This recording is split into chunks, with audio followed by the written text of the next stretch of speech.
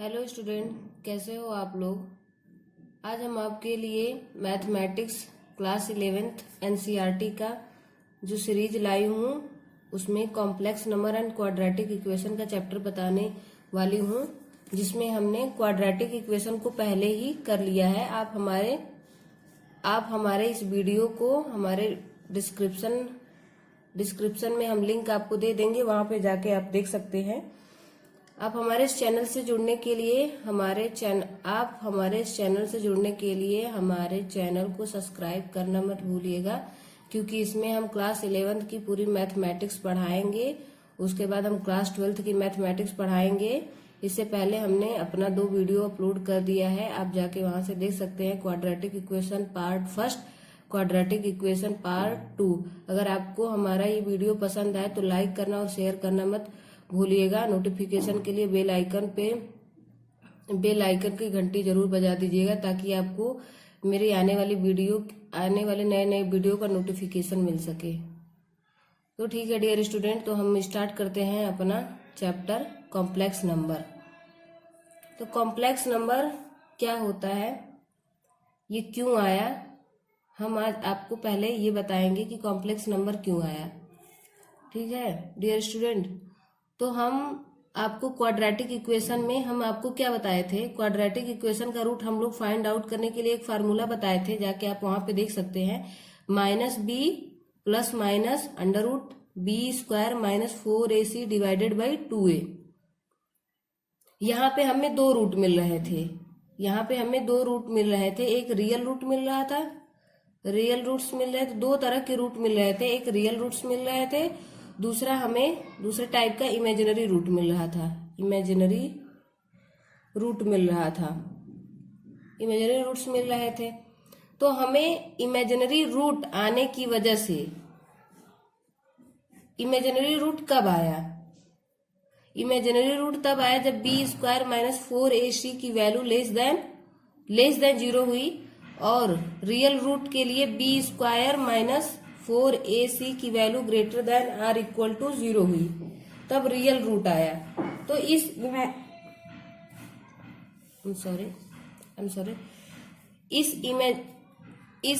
b² minus 4ac less than 0 की वजह से हमारे पास इमेजिनरी रूट आया। जैसे मान लीजिए कोई इमेजिनरी रूट हमारे पास आया, हम मान लेते हैं कि कोई इमेजिनरी रूट आया √3/2 प्लस 4i डिवाइडेड बाई 2। तो ये हमें एक रूट मिला है। तो यहीं से हमें पता चलता है कि ये रूट हमारा इमेजिनरी है, और हम इसको दूसरे शब्दों में इसको हम कॉम्प्लेक्स नंबर भी बोल सकते हैं। कॉम्प्लेक्स नंबर भी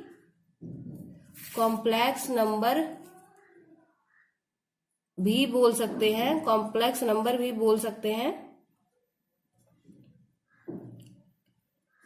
तो हम आपको बता रहे थे डियर स्टूडेंट कि हम यहाँ पे आपको पहले बताएंगे कि कॉम्प्लेक्स नंबर क्यों आया, आखिर इसका ओरिजिन क्या है। तो इसका ओरिजिन यही है, क्या है, जब हम किसी quadratic equation ax² plus bx plus c equal to 0 का रूट फाइंड आउट करते हैं, ax² plus bx plus c equal to 0 का रूट फाइंड आउट करते हैं, तो अगर वो रूट हमें रियल मिल जाता है तो कोई दिक्कत नहीं, लेकिन जब हमें वो रूट इमेजिनरी रूट मिलता है तो वो इमेजिनरी रूट एक कॉम्प्लेक्स नंबर को दर्शाता है, वो बताता है कि यही कॉम्प्लेक्स नंबर है। तो हमें पता चल गया कि आखिर ओरिजिन कहाँ से आया, कॉम्प्लेक्स नंबर की ओरिजिन कहाँ से हुई, वो क्वाड्रेटिक इक्वेशन के इमेजिनरी रूट से कॉम्प्लेक्स नंबर की उत्पत्ति हुई, उसका ओरिजिन वही है। ठीक है डियर स्टूडेंट, तो अब आप समझ चुके होंगे कि कॉम्प्लेक्स नंबर कहाँ से आया, कैसे आया, और कॉम्प्लेक्स नंबर कहते किसको है। ठीक है, तो हम आपको आपके चैप्टर एक्सरसाइज नंबर 5 में दिया हुआ है, तो हम इसको आगे बढ़ते हैं। कॉम्प्लेक्स नंबर के बारे में ब्रीफ से आपको हम बता रहे हैं, डिटेल से बता रहे हैं आप, क्योंकि आगे हम आपको ब्रीफ से बताएं अभी, लेकिन अब हम आपको डिटेल से बताने जा रहे हैं कॉम्प्लेक्स नंबर।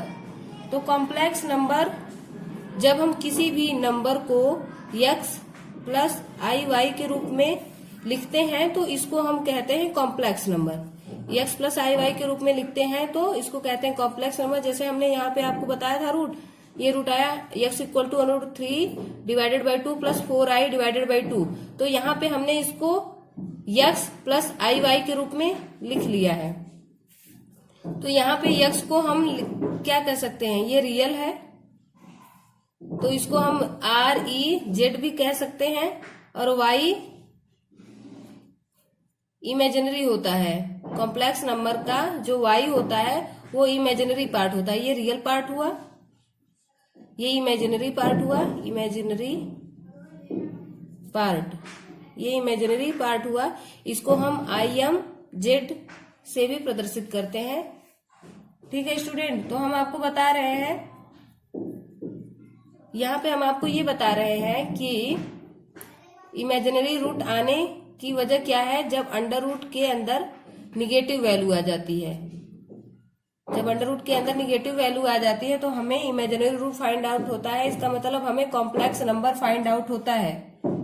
तो पिछले वीडियो में हम आपको बता चुके हैं, यहाँ पे हम पिछले वीडियो में हम आपको बताए थे कि आई की वैल्यू अंडर रूट -1 होती है। यहाँ पे अब इसका यूज है, क्योंकि ये i equal to under root -1 जो है पिछले वीडियो में यहीं से आया था, कॉम्प्लेक्स नंबर से ही आया था। तो जब हम i स्क्वायर करेंगे इसको तो ये हो जाएगा -1। एक क्वेश्चन बहुत ज्यादा फेमस है, लोग पूछते हैं कि x स्क्वायर प्लस 1 का रूट क्या होगा। तो हम इसको अगर हम अपने given formula x equal to -b plus minus b square minus 4ac में रख के निकालेंगे तो भी हमें रूट फाइंड आउट हो जाएगा। रूट फाइंड आउट कर लेंगे हम यहाँ से, लेकिन हम यहाँ पे अब कॉम्प्लेक्स नंबर पढ़ रहे हैं तो हम क्वाड्रेटिक का यूज नहीं करेंगे, हम यहाँ पे कॉम्प्लेक्स का यूज करके रूट निकालने की कोशिश करेंगे। तो ठीक है डियर स्टूडेंट, हम कॉम्प्लेक्स का यूज करके इसका रूट निकालने की कोशिश कर रहे हैं। फिर से हम लिख लेते हैं इस एक्सप्रेशन को, x square plus 1 equal to 0। इसको हम और क्या लिख सकते हैं, x स्क्वायर इक्वल टू -1। इसको हम और क्या लिख सकते हैं, x equal to plus minus under root -1। हम आपको बता चुके हैं यहाँ पे, हम आपको यहाँ पे बता चुके हैं कि i की वैल्यू क्या होती है। i की वैल्यू होती है i equal to under root -1। तो यहाँ से हमें मिल रहा है x के 2 रूट मिल रहे हैं। पहले तो हम इसको ऐसे लिख सकते हैं, x equal to plus minus i। तो यहाँ से हमें x के 2 रूट मिले। चूंकि ये एक क्वाड्रेटिक इक्वेशन भी है, तो इसके 2 रूट आएंगे। और इस पहला रूट क्या होगा, पहला रूट होगा प्लस i और दूसरा रूट होगा -i।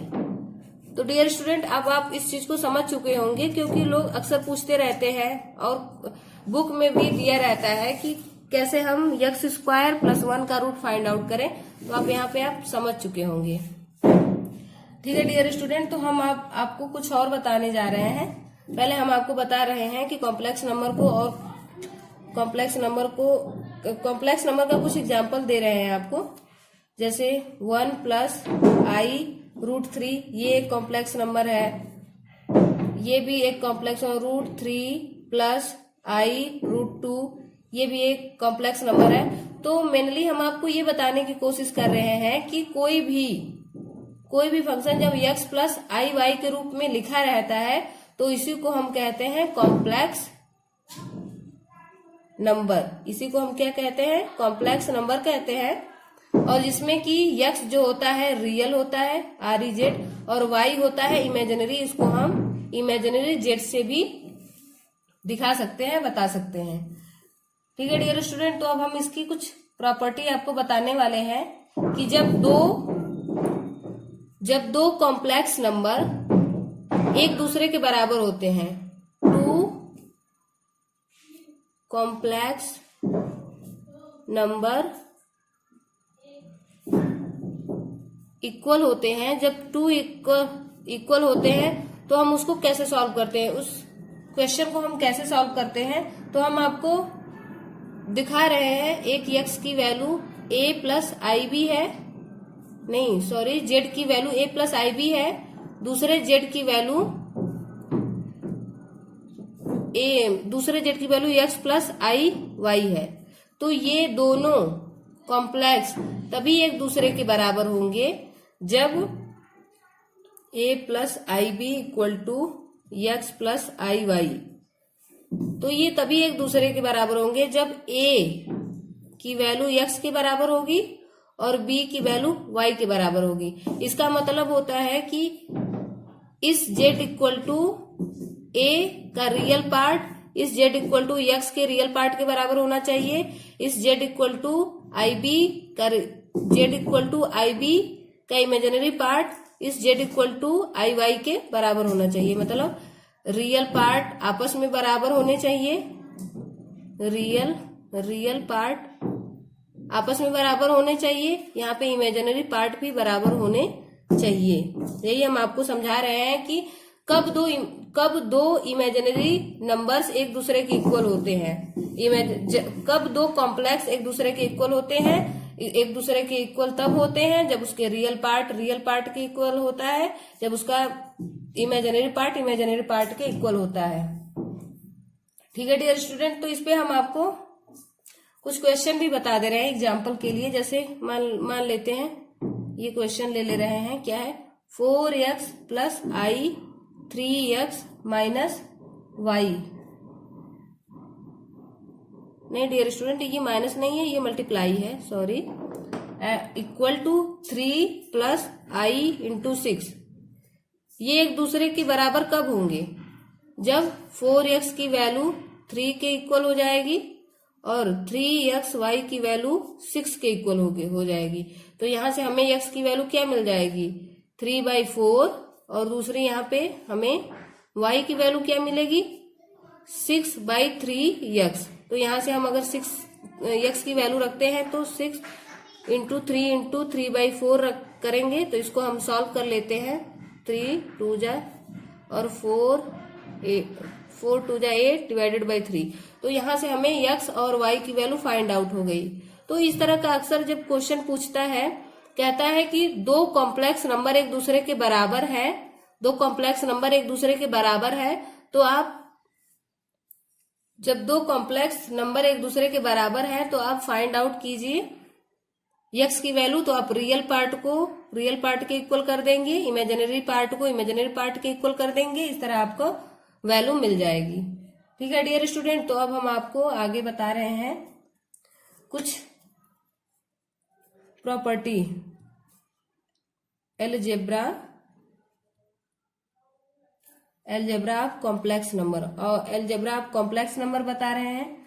तो इसमें हम एडिशन पहले दिखाएंगे आपको कि एडिशन, हम कॉम्प्लेक्स नंबर का एडिशन कैसे करते हैं। तो addition of two complex number, यहाँ पे हम आपको बताने वाले हैं कि कैसे किया जाता है। मान लीजिए हमारे पास एक कॉम्प्लेक्स नंबर Z1 है जिसकी वैल्यू है a plus I B, let कर लेते हैं, और दूसरी Z2 है c प्लस आई डी। तो जब हम दोनों को ऐड करेंगे Z1 प्लस Z2, तो क्या लिखेंगे, Z1 की value a plus I B है, प्लस Z2 की वैल्यू क्या है c प्लस आई डी है।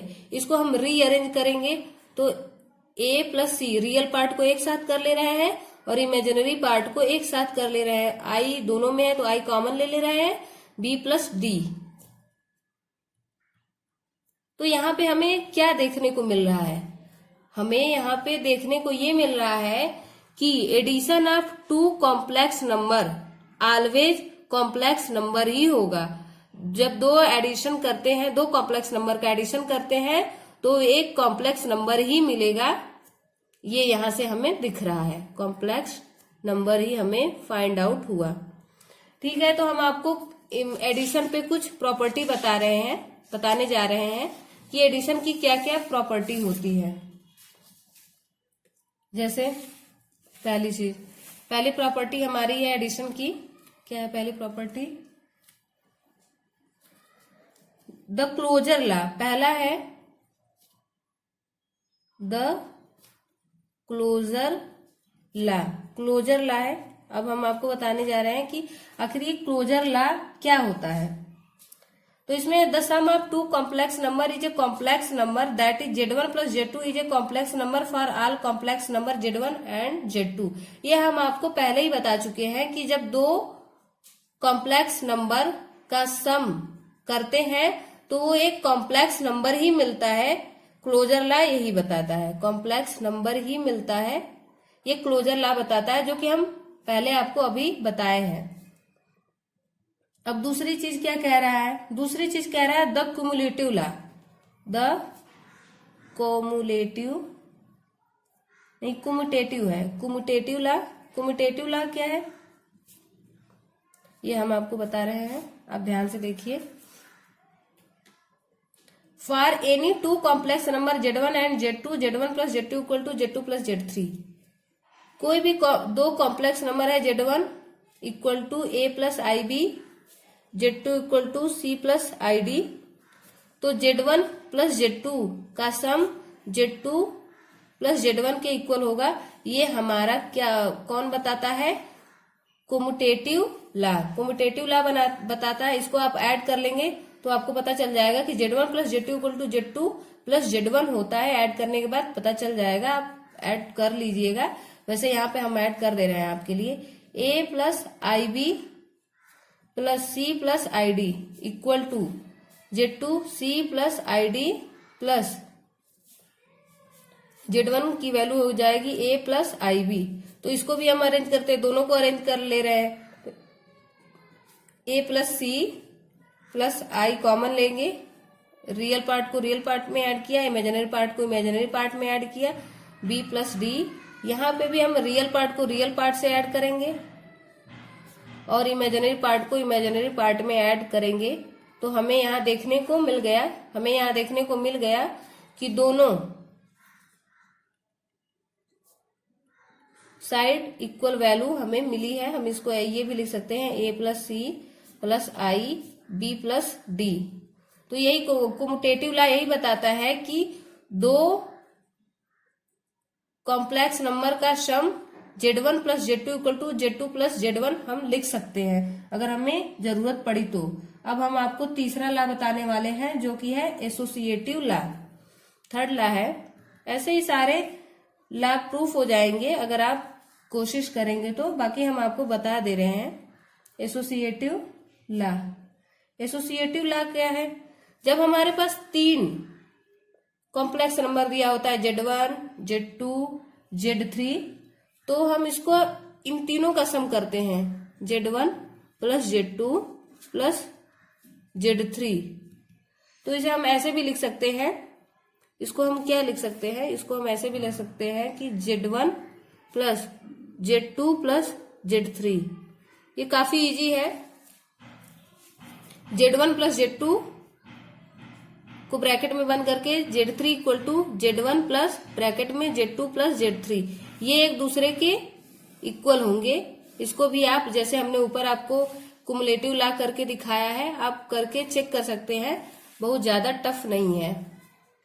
अब हम आपको चौथा लॉ बताने वाले हैं, चौथी प्रॉपर्टी बताने वाले हैं कि क्या है चौथी। तो चौथी प्रॉपर्टी है the existence of additive identity.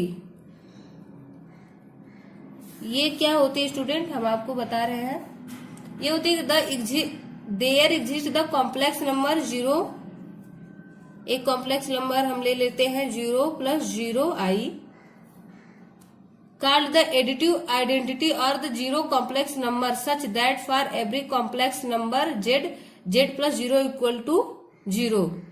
ये रूल हमें केवल इतना बताता है कि जब कोई कॉम्प्लेक्स नंबर z हमको दिया है और उसमें हम 0 ऐड करेंगे तो हमें z ही मिलेगा।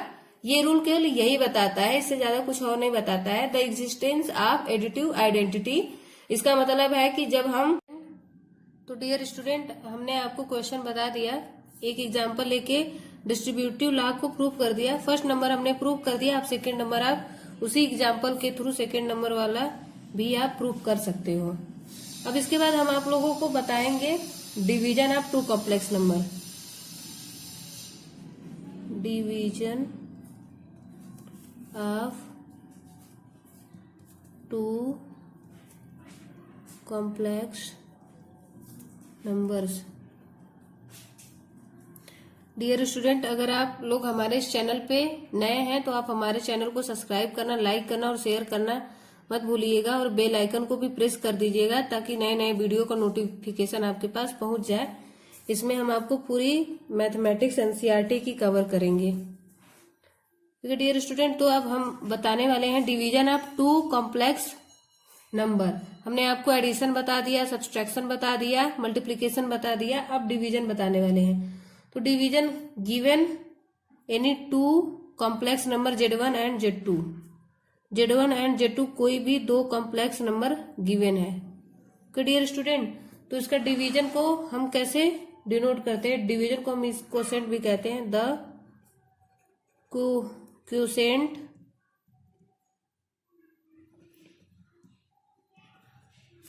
Z1 divided by Z2 is given by, क्या given by? Z1 divided by Z2 equal to Z1 into 1 by Z2 लिख सकते हैं। ओके, इस पे हम आपको एक एग्जाम्पल लेके दिखा रहे हैं कैसे हम कर रहे हैं इसको। एग्जाम्पल, मान लीजिए हमारा Z1 है 6 + 3i एंड Z2 है, Z2 हमारा है 2 - i, 2 - i। तो हम डिवीजन दिखाने वाले हैं, तो देन सोल्यूशन में हम क्या करेंगे? Z1 डिवाइडेड बाई Z2, इसको हम लिख सकते हैं Z1 टू 1 बाई Z2। इसको हम और क्या लिख सकते हैं? Z1 की वैल्यू 6 + 3i है डिवाइडेड बाई Z2 की वैल्यू Z - i है। तो हम आपको एक फार्मूला पहले बता दिए हैं, आप उससे फार्मूले से भी कर सकते हैं या इसे आप डायरेक्ट सॉल्व कर सकते हैं। हम डायरेक्ट सॉल्व कर दे रहे हैं, आप फार्मूले में वैल्यू रख लीजिएगा। फार्मूला हम आपको बता दे रहे हैं कि फार्मूला क्या होता है। हम यहाँ पे पहले सॉल्व कर दे रहे हैं, उसके बाद हम आप लोगों को फार्मूला बता देंगे।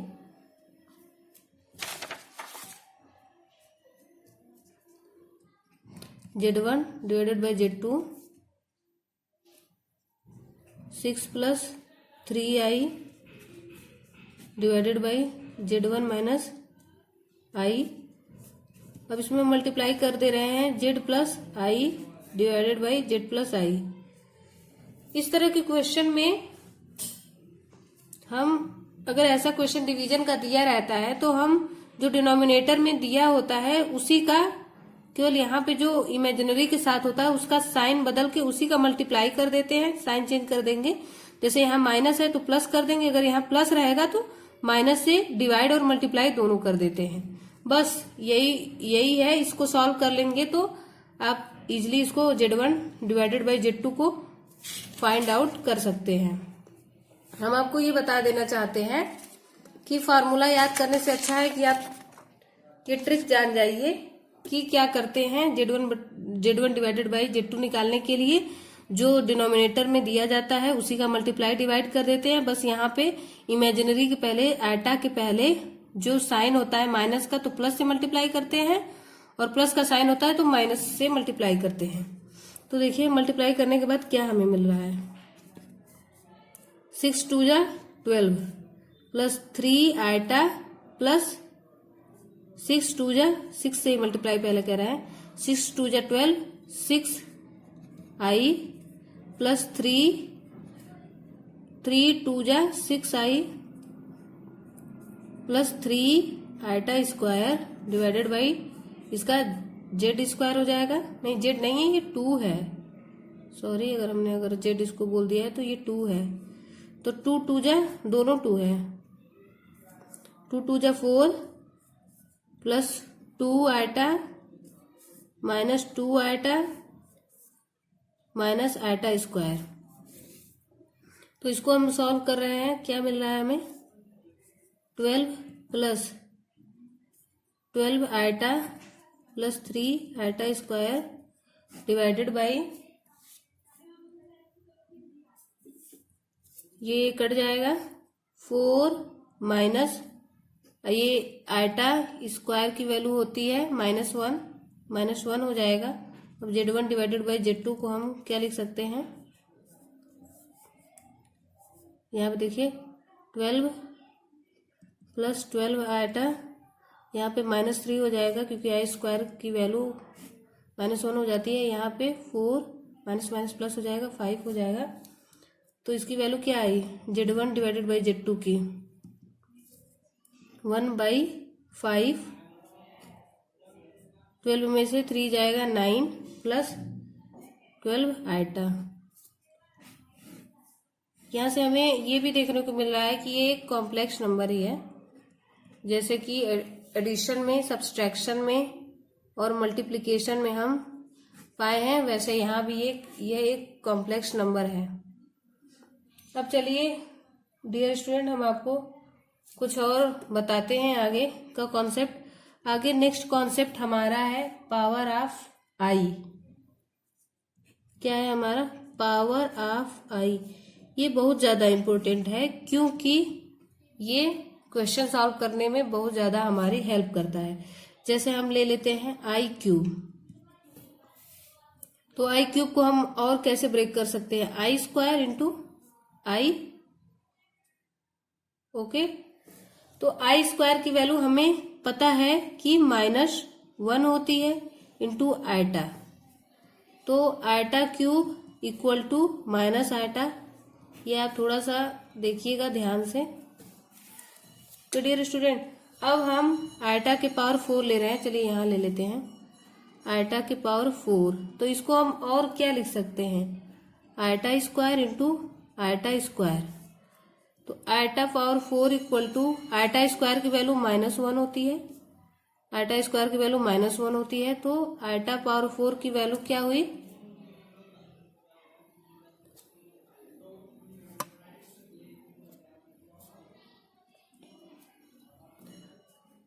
वन हो जाएगी। ऐसे ही हम और वैल्यू लेंगे, उसको देखेंगे। आप लोग और वैल्यू कैलकुलेट कर लीजिएगा, जैसे हम आपको बता दे रहे हैं। आई पावर 5 को आप सॉल्व कर लीजिएगा, आई पावर 6 को सॉल्व कर लीजिएगा। वैसे ही जैसे हम यहाँ पे ब्रेक किए हैं, जैसे हम यहाँ पे ब्रेक किए हैं, ऐसे ब्रेक कर करके सॉल्व कर लीजिएगा।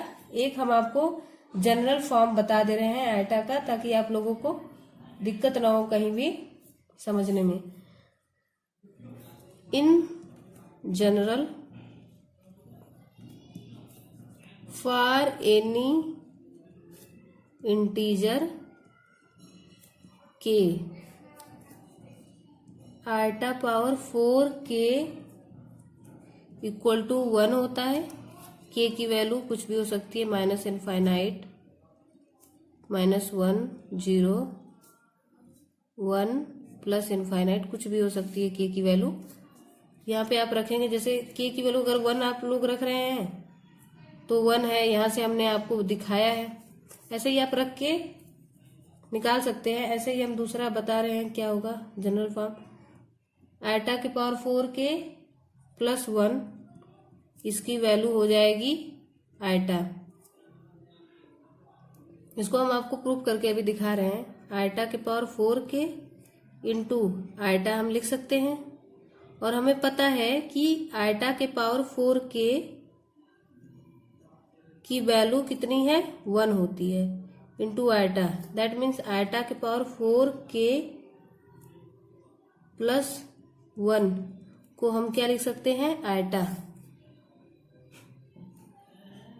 इस फार्मूले को याद कर लीजिएगा, इस फार्मूले को याद कर लीजिएगा, और अभी और इसमें है कुछ फार्मूला, उसको भी हम बता दे रहे हैं। आयटा के पावर 4 के प्लस 2 को हम लिख सकते हैं -1। ऐसे ही आप इसको भी खुद से डिराइव कीजिएगा, हो जाएगा। यहाँ पे हम आपको बता दे रहे हैं कि डिराइव करते समय आपको आयटा स्क्वायर की वैल्यू -1 लेनी पड़ेगी, तो आपको ये वैल्यू मिल जाएगी, ये जनरल फॉर्म मिल जाएगा। अब हम आपको एक और जनरल फॉर्म बता दे रहे हैं। मोस्टली 4 जनरल फॉर्म होते हैं, जिसमें हम आपको 3 बता चुके हैं। अब चौथा आपको बता दे रहे हैं। आयटा की पावर 4k प्लस 3 की वैल्यू होती है माइनस आयटा। इसको भी आप प्रूफ कर लीजिएगा। यहाँ पे हम आपको बता दे रहे हैं क्या क्या, कि आयटा के पावर 4k की वैल्यू 1 होगी, और आयटा क्यूब को हम आयटा स्क्वायर इंटू आयटा के फॉर्म में लिख सकते हैं। तो आयटा क्यूब में अब ये हो जाएगा -1, क्योंकि आयटा स्क्वायर की वैल्यू -1 होती है इंटू आयटा। इस तरह आप करेंगे तो आप पाएंगे कि आयटा के power 4k plus 3 equal to minus eta.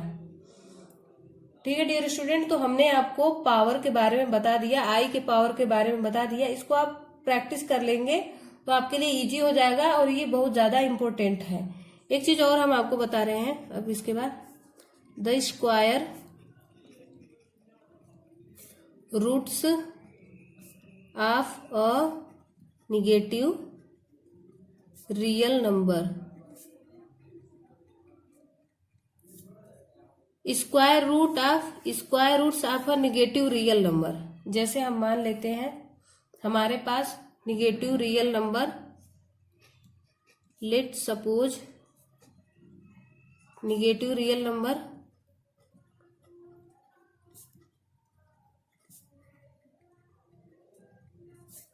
-1 है।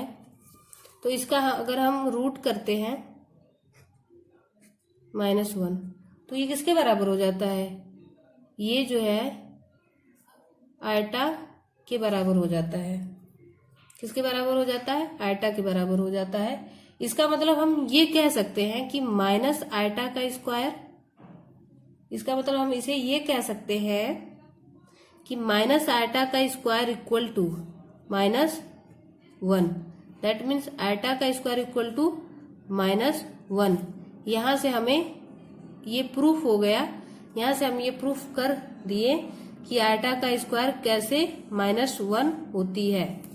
Okay dear student, okay. तो इस पे आप क्वेश्चन सॉल्व कर सकते हैं, और ये हम आपको एग्जाम्पल लेके बता दिए हैं। इसके बाद हम आपको अब थर्ड कॉन्सेप्ट बताने जा रहे हैं कि थर्ड कॉन्सेप्ट क्या है। थर्ड कॉन्सेप्ट हमारा ये है कि अगर मान लीजिए हमारे पास कोई दो कांस्टेंट a एंड b हैं, तो under root a multiply by under root b की वैल्यू कब इसके बराबर, under root a into under root b की वैल्यू कब किस कंडीशन पर अंडर रूट ए बी के बराबर होगी। ओके डियर स्टूडेंट, तो ये पहली कंडीशन है बराबर होने की, कि कब अंडर रूट ए इंटू अंडर रूट बी की वैल्यू अंडर रूट ए इंटू बी के बराबर होगी, जब a की वैल्यू ग्रेटर देन 0, b की वैल्यू लेस देन 0। इसका मतलब मान लेते हैं हम a की कोई वैल्यू है ग्रेटर देन 0 1 ले लेते हैं, b की वैल्यू लेस देन 0 है, इसका मतलब हम -1 ले लेते हैं। तो दोनों को मल्टीप्लाई कर दे रहे हैं। अंडर रूट ए का मतलब 1 multiply by under root B का मतलब -1 equal to under root A की वैल्यू 1 मल्टीप्लाई बाई बी की वैल्यू -1। तो यहाँ पे हम देख रहे हैं कि ये -1 होगा अंडर रूट, ये भी -1 होगा। तो यहाँ पे हम देख रहे हैं कि इसके लिए बराबर हो गई, मतलब किस कंडीशन के लिए under root A into under root B equal to under root A B के बराबर है, जब a greater than 0 and b less than 0। ये कंडीशन एक बार और सेटिस्फाई होगी कब? जब a की value less than 0 and b की वैल्यू ग्रेटर देन 0।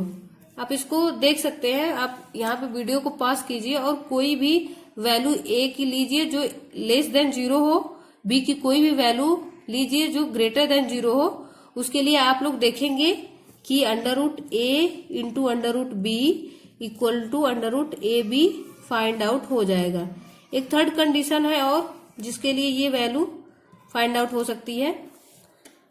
वो कौन सी कंडीशन है? जब a इक्वल टू 0 होगा एंड b इक्वल टू 0 होगा, या a इक्वल टू 0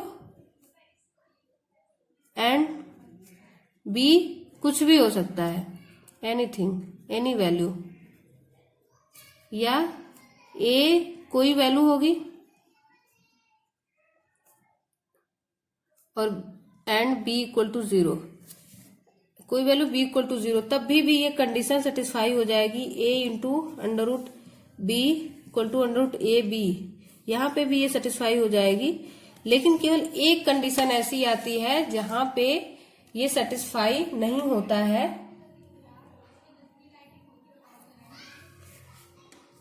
वो कंडीशन क्या है? जब a की वैल्यू लेस देन, a की value less than 0 and b की वैल्यू आल्सो लेस देन 0। इसके लिए हम क्या करते हैं? मान लेते हैं कि हमारी a की वैल्यू क्या है? -1 है, b की वैल्यू भी -1 है। तो multiplication of -1 into under root -1 equal to under root -1 into -1। तो यहाँ पे हमें क्या मिल रहा है? Under root 1। और हमें पता है कि हमें ये पता है कि अंडर रूट -1 की वैल्यू क्या होगी? आयटा, इंटू अंडर रूट -1 की वैल्यू होगी आयटा। होगी डियर स्टूडेंट? तो हम यहाँ पे क्या देख रहे हैं? आयटा का स्क्वायर, यहाँ पे हम देख रहे हैं कि आयटा का स्क्वायर जो होता है 1 आ रहा है, लेकिन ये ऐसा होता नहीं, ये कंट्राडिक्शन है। विच इज अ कंट्राडिक्शन, आप इसको याद कर लीजिएगा कि ये contradiction to the fact that I equal to I square equal to -1 होता है, न कि आई स्क्वायर इक्वल टू 1 होता है। तो ये कौन सा केस हुआ? ये कंट्राडिक्शन का केस हुआ। ओके डियर स्टूडेंट, इसका मतलब ये हुआ कि अंडर रूट, इसका मतलब क्या हुआ? इसका मतलब ये हुआ कि under root A into under root B equal to under root A b उस केस में इक्वल नहीं होगा जिस केस में ए की value less than 0, that means a की वैल्यू -1 है और बी की वैल्यू भी -1 है। उस केस में ये इक्वल नहीं होंगे। Under root A into under root B equal to under root A B इस केस के लिए इक्वल नहीं होंगे, क्योंकि ये कंट्राडिक्शन हो जाएगा आयटा का। ओके डियर स्टूडेंट, तो हम चलते हैं अब अपने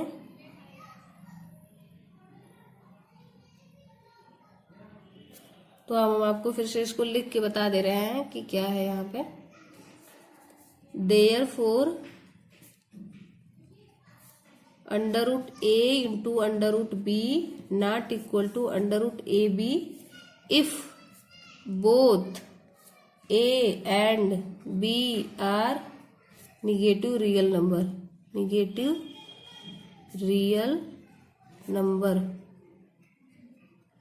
ओके डियर स्टूडेंट, तो आज के लिए इतना ही रहने दे रहे हैं क्योंकि हमारा वीडियो बहुत बड़ा बन जा रहा है। तो आप हमारे इस चैनल को लाइक करना, सब्सक्राइब करना मत भूलिएगा। और नेक्स्ट वीडियो में हम कॉम्प्लेक्स नंबर का अगला पार्ट लाएंगे, जिसमें हम सारे थोड़े बहुत कॉन्सेप्ट हमारे बचे हुए उसको करेंगे और एक्सरसाइज करेंगे। तो आप इस वीडियो को देखने के बाद उस वीडियो को देख लीजिएगा। थैंक यू, और हमारा चैनल सब्सक्राइब करना मत भूलिएगा। हेलो डियर स्टूडेंट, कैसे हैं आप लोग? हम इस चैप्टर में कॉम्प्लेक्स नंबर का दूसरा पार्ट लेके आ रहे हैं, क्योंकि पहला पार्ट हम पहले से ही अपलोड कर चुके हैं। मैं इसका लिंक डिस्क्रिप्शन बॉक्स में दे रही हूँ, उसमें जाके आप लोग देख लीजिएगा। और अगर आप लोग हमारे चैनल पे नए हो तो उसको सब्सक्राइब करना, लाइक करना, शेयर करना मत भूलिएगा, और नोटिफिकेशन के लिए बेल आइकन को भी प्रेस कर दीजिएगा। इसमें हम मैथमेटिक्स के सारे टॉपिक कवर करेंगे 1 बाय 1। Thank you. अब हम स्टार्ट कर रहे हैं अपना लेक्चर, जो कि फर्स्ट पार्ट में हम यहाँ पे इंड किए थे कि √a into √b not equal to √ab if a and b are negative real number. Negative real number होगा तो उसके इक्वल नहीं होगा। यहाँ तक हम आपको बता चुके थे। अब हम आपको दूसरा कॉन्सेप्ट बताने जा रहे हैं। इस कॉन्सेप्ट का नाम है आइडेंटिटीज। आइडेंटिटीज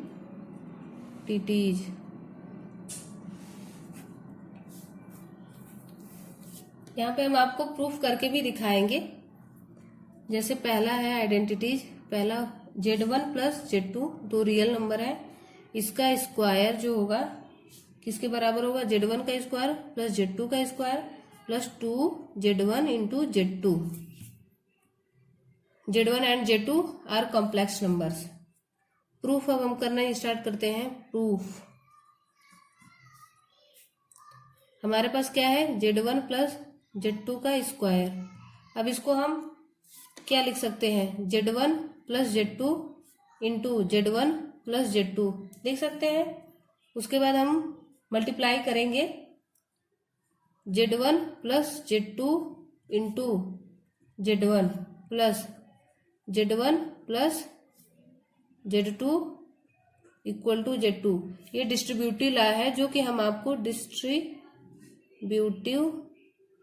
लॉ है, जो कि हम अपने फर्स्ट पार्ट में आपको बताए हैं। जाके आप वहां से देख सकते हैं। जब तक कि आप वहां से नहीं देखेंगे आपको ये वीडियो नहीं समझ में आ पाएगा, इसलिए आप थोड़ा सा जाके वहां पे देख लीजिएगा, आपको समझ में आएगा। ये डिस्ट्रीब्यूटिव लॉ के थ्रू ये एक दूसरे के साथ डिस्ट्रीब्यूट हुए हैं। Z1 plus Z2 into Z1 plus Z2 into Z2।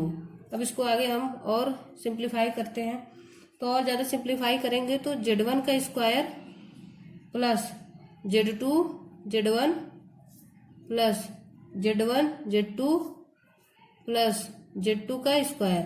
यहाँ पे भी डिस्ट्रीब्यूटिव लॉ ही लगा है, डिस्ट्रीब्यूटिव लॉ। अब हम नेक्स्ट स्टेप में क्या करते हैं?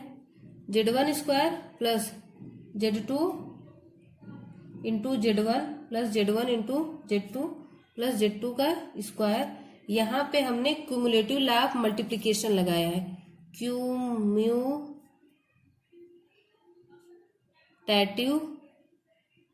लॉ ऑफ मल्टीप्लिकेशन लगाया है। मल्टीप्लिकेशन ये आप जाके हमारे फर्स्ट पार्ट में देख लीजिएगा कि क्यूमुलेटिव लॉ ऑफ मल्टीप्लिकेशन क्या होता है। ओके डियर स्टूडेंट, तो यहाँ पे हम क्या किए हैं?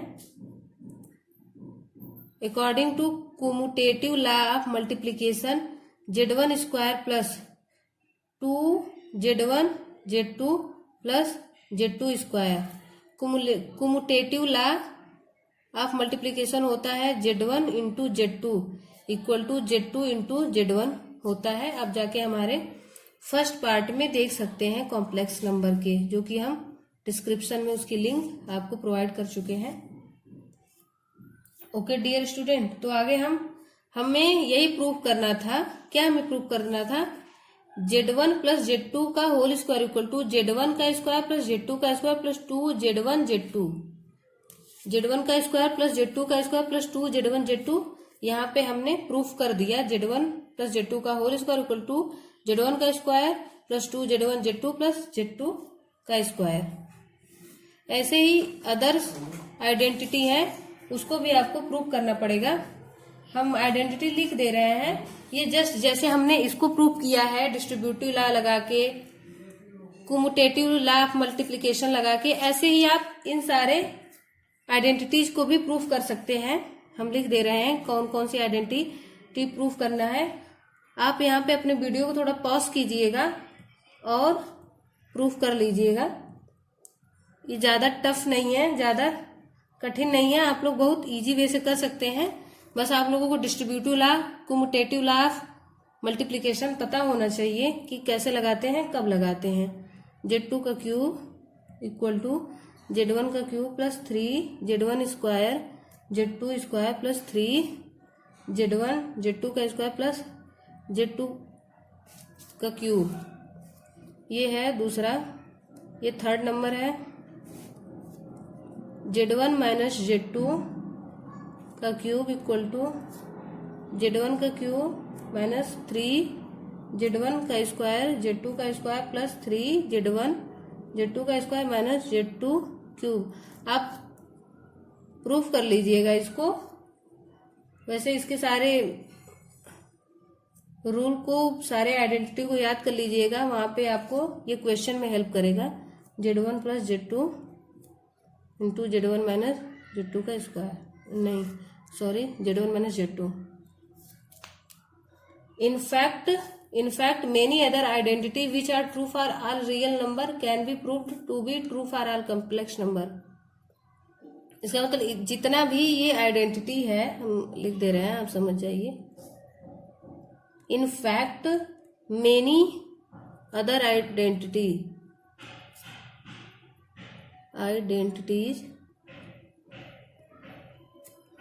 which are true for all real numbers can be proved to be true for all complex number।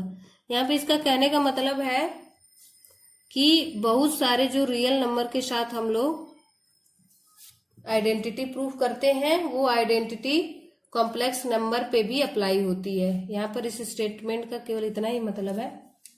अब डियर स्टूडेंट, हम आपको कुछ क्वेश्चन कराएंगे जो कि आपके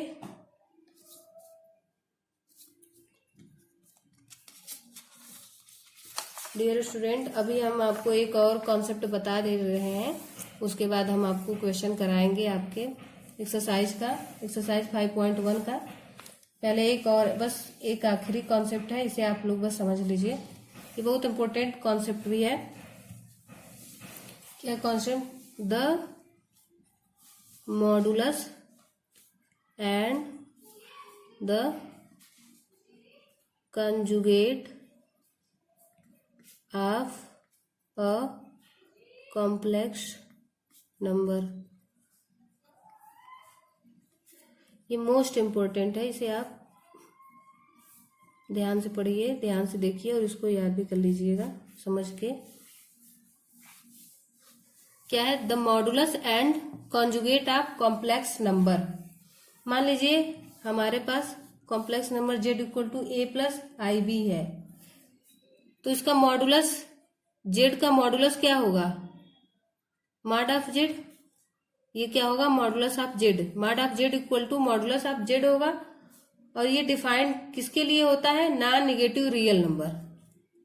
it is defined to be non negative real number. Non negative real number के लिए ये डिफाइंड होता है मॉडुलस ऑफ कॉम्प्लेक्स नंबर। इसकी वैल्यू क्या होती है डियर स्टूडेंट? इसकी वैल्यू होती है मॉड ऑफ जेड की वैल्यू, मॉडुलस ऑफ जेड की value under root a square plus under root b square.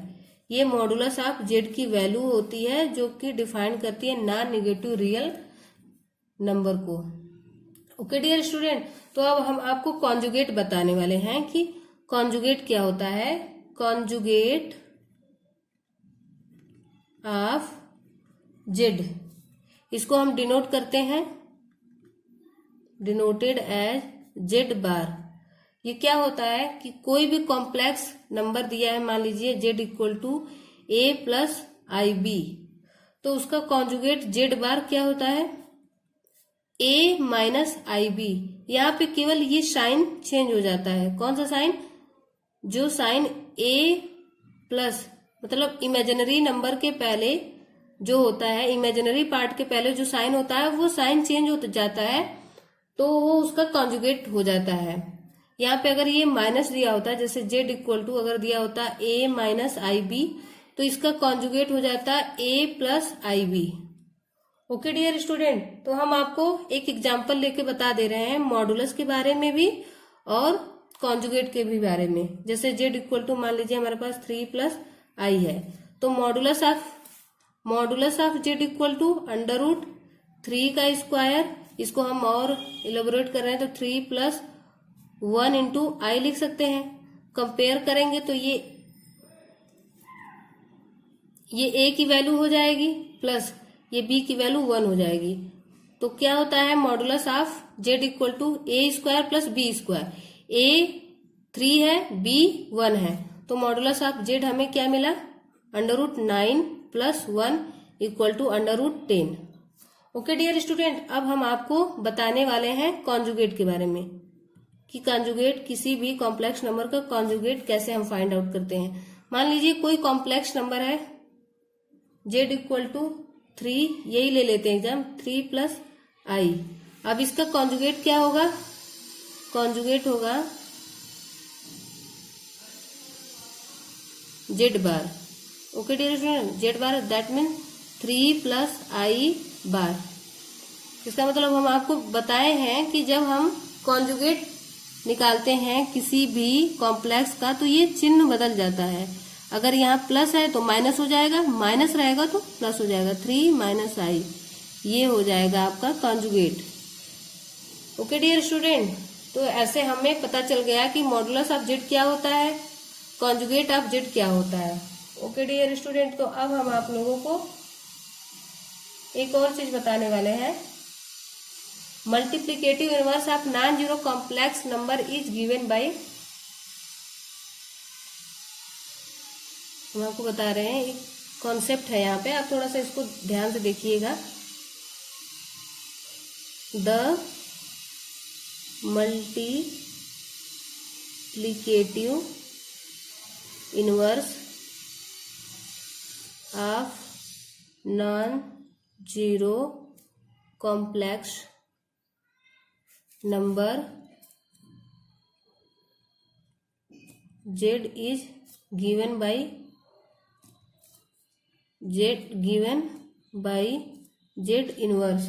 इसको हम क्या लिख सकते हैं, मान लीजिए कि हमारे पास जेड की value A plus I B है, तो 1 by A plus I B, 1 by A plus I B. ये हम पहले आपको फर्स्ट पार्ट में इसको प्रूफ कर चुके हैं कि ये किसके बराबर होता है, a by a square plus b square plus i minus a by a square plus b square. हम आपने पिछले वीडियो में इसको प्रूफ कर चुके हैं, आप लोग वहां पे जाके देख सकते हैं। हम इसको और क्या लिख सकते हैं, देखिए डियर स्टूडेंट, जेड बार, इसको a minus I b divided by a square plus b square लिख सकते हैं, क्योंकि इसका एलसीएम लेते हैं तो दोनों ए स्क्वायर प्लस बी स्क्वायर होगा, और यहाँ पे ए हो जाएगा, माइनस पहले ले लेते हैं तो आई इंटू बी हो जाएगा। तो नेक्स्ट यहीं पे हम आप लोगों को बता दे रहे हैं कि हमने अपना कॉम्प्लेक्स नंबर क्या लिया है, Z equal to A plus I B. तो जेड बार क्या होगा, ये चिन्ह बदल जाएगा, केवल साइन बदलेगा, ए माइनस प्लस है तो माइनस हो जाएगा। तो डियर स्टूडेंट, तो यहाँ पे दिया है ए minus I b, that means conjugate of z divided by, ये क्या है, a square plus b square. इसको हम कहते हैं मॉडुलस ऑफ जेड का स्क्वायर, क्योंकि हम जानते हैं कि मॉडुलस ऑफ जेड होता है अंडर रूट ए का स्क्वायर प्लस बी का स्क्वायर होता है। इसलिए हमें यहाँ पे क्या पता चला कि z inverse equal to z bar divided by modulus of Z का whole square. Okay dear student, तो ये बहुत ज्यादा इंपॉर्टेंट फॉर्मूला है, आप थोड़ा सा इसको याद कर लीजिएगा। क्या इंपॉर्टेंट फॉर्मूला है, यहाँ पे हम बता दे रहे हैं, Z into Z bar equal to mod of Z का स्क्वायर। इसको हम यहाँ पे बताए हैं, अब देखिएगा, क्योंकि चलिए ठीक है नेक्स्ट पेज पे बता दे रहे हैं, यहाँ पे बताएंगे तो आप लोगों को थोड़ा समझने में प्रॉब्लम हो सकता है। 1/z divided by z bar z modulus of z square. तो modulus of z square equal to z bar z into z bar. ये इंपॉर्टेंट फॉर्मूला है जो कि प्रूफिंग में यूज होगा आपके न्यूमेरिकल में। आप इसको ध्यान से समझ लीजिए और याद भी कर लीजिए। ओके डियर स्टूडेंट, तो हम अब आपको थोड़ा बहुत और कॉन्सेप्ट, थोड़े बहुत फॉर्मूले बचे हैं, उसको हम आपको बता दे रहे हैं। उसके बाद क्वेश्चन कराएंगे। फर्स्ट फॉर्मूला देख लीजिए। Modulus of z1 z2 equal to होता है modulus of z1 into z2, जहां पे z1 z2 दो कॉम्प्लेक्स नंबर है। मान लीजिए हम z1 ले लेते हैं 1 प्लस आई, z2 ले लेते हैं 1 प्लस 2i। तो हमें modulus of z1 into z2 निकालने के लिए पहले हमें क्या करना पड़ेगा? Multiplication of z1 into z2। तो हमारे पास 1 प्लस आई है z1 इंटू z2 कितना है 1 प्लस 2i है। तो दोनों का मल्टीप्लाई करेंगे तो 1 प्लस 2i प्लस आई प्लस 2 आयटा का स्क्वायर। तो यहाँ पे हम इसको सिंप्लीफाई करेंगे तो 1 प्लस 3i माइनस 2 हो जाएगा, क्योंकि आयटा स्क्वायर की वैल्यू -1 होती है। तो यहाँ पे क्या हमें मिला -1 plus 3 eta z1 into z2 मिला। अब हमें इसका मॉडुलस देखेंगे। z1 इंटू z2 मॉडुलस क्या होता है? अंडर रूट रियल पार्ट का स्क्वायर प्लस इमेजिनरी पार्ट का square, 1 plus 9 equal to under root 10। हमें modulus of z1 into z2 मिल गया। अब इसके लिए हम क्या करेंगे?